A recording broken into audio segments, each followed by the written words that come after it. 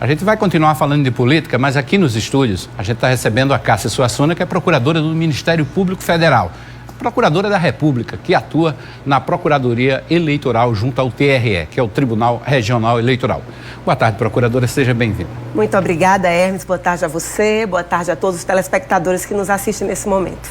A senhora, se eu não me engano, é a primeira procuradora eleitoral a atuar no TRE? Exato, a primeira procuradora aqui no estado da Paraíba. Estou com 20 anos de carreira e agora estou tendo essa honra de estar ocupando a Procuradoria Regional Eleitoral. Claro que a mulher tem uma visão muito mais diferenciada do homem e quando a gente vai falar de cotas das candidaturas, acho que também pesa esse olhar feminino sobre a necessidade da representatividade feminina nas eleições, em pé de igualdade, né? Exato, Hermes. A lei que trata da reserva da cota de gênero, ela é de 2009, é uma ação afirmativa que busca justamente esse incremento da representatividade feminina. O que a gente espera é que um dia isso seja algo natural e não impositivo. Pois é, e por conta disso já tivemos vários julgamentos, inclusive que demandaram novas eleições municipais, né? O TRE está atento, ainda continua julgando esses casos? Sim, Hermes, o TRE está bastante atento, o PRE também.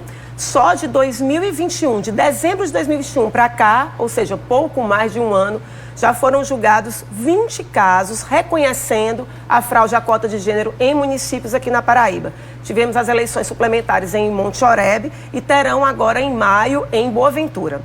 Só para a gente explicar um pouquinho mais ao telespectador, procuradora, quando a gente fala em cota de gêneros, a gente não está se referindo especificamente a uma reserva de candidaturas femininas. Essa cota de gênero tem que ser obedecida na base de 70-30, não é isso? Exato, exato. A lei não fala, ela fala de gênero, mas todos sabemos que a subrepresentatividade é da mulher. Sim. Então, os 30% seria para a mulher. O que a gente lamenta, Hermes, é que, infelizmente, muitas vezes o partido, ele tem uma relutância em colocar candidaturas efetivas. E aí cumpre apenas formalmente esses 30% com candidaturas fictícias. Ou seja, com mulheres que não têm um interesse real em participar do pleito. Eles colocam lá apenas para cumprir o papel de candidatas, né? Exatamente. E aí, naquele momento que é feito o registro, não se tem muitas vezes como saber. Agora, ao longo da campanha, os indícios começam a surgir. Porque aí a mulher não faz campanha, não tem gasto, muitas vezes apoia a outra candidatura e os indícios vão aparecendo e é o que dá ensejo a ações de investigação judicial eleitoral por fraude. Eu já vi, inclusive, registro de casos de mulheres que foram colocadas como candidatas, não tiveram um voto sequer e ainda fizeram campanha para homens, né, no caso. Sim, aconteceram vários casos dessa natureza, que não tiveram voto nenhum e apoiaram outras candidaturas. Casos também de marido e mulher concorrendo ao mesmo cargo, mãe e filha, então pessoas da mesma família, sem nenhuma relação de animosidade, demonstrando que era ali só para realmente compor e chegar naquele número formal dos 30%. Cada caso é um caso ou quando há um julgamento desse tipo, nesse formato, prejudica toda a coligação? Bom, cada caso é examinado as provas que são colhidas naquele processo. Agora, uma vez reconhecida a fraude, como lá no início, como eu estava explicando, por exemplo, o partido, ele apresenta uma lista com 10 nomes, 7 homens e 3 mulheres. Eu atendi a cota de gênero, então é deferido aquele registro. Se lá na frente eu descubro que aqueles 30% não era verdadeiro, aí caem os 10.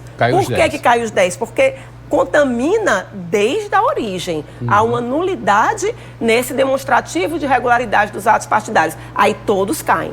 Pois é, a nulidade de origem, né, no caso, né? Exatamente. E nesses casos é interessante ver que a gente nunca viu cair por conta da falta de representatividade de candidaturas masculinas, né? Não. 30% mulheres, 70% mulheres, 30% homens, né?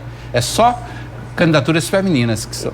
Exato. Infelizmente, a gente ainda vê, por isso que nós estamos também para lançar a terceira fase da nossa campanha de dar conhecimento às mulheres da Lei 14.192, que é a lei que estabelece regras para prevenir e combater a violência política, porque muitas vezes a mulher, ela não participa, inclusive com esse receio, porque ela ainda sofre muita violência política de gênero. Para o ano, nós já vamos entrar em campanha eleitoral. Por incrível que pareça, saímos de uma, já estamos se preparando para outra. A sua avaliação é que ainda vão continuar insistindo nessas tentativas de fraude?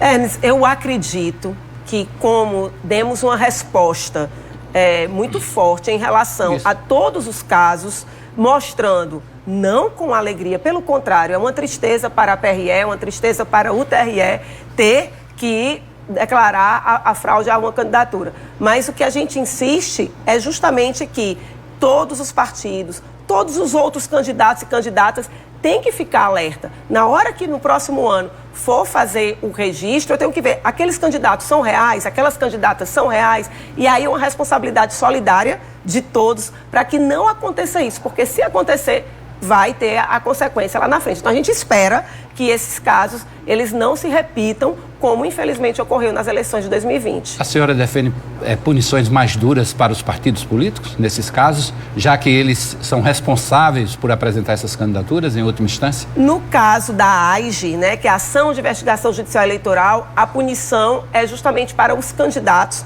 porque eles vão perder os mandatos. O partido perde também, evidentemente, porque ele vai ficar sem representatividade.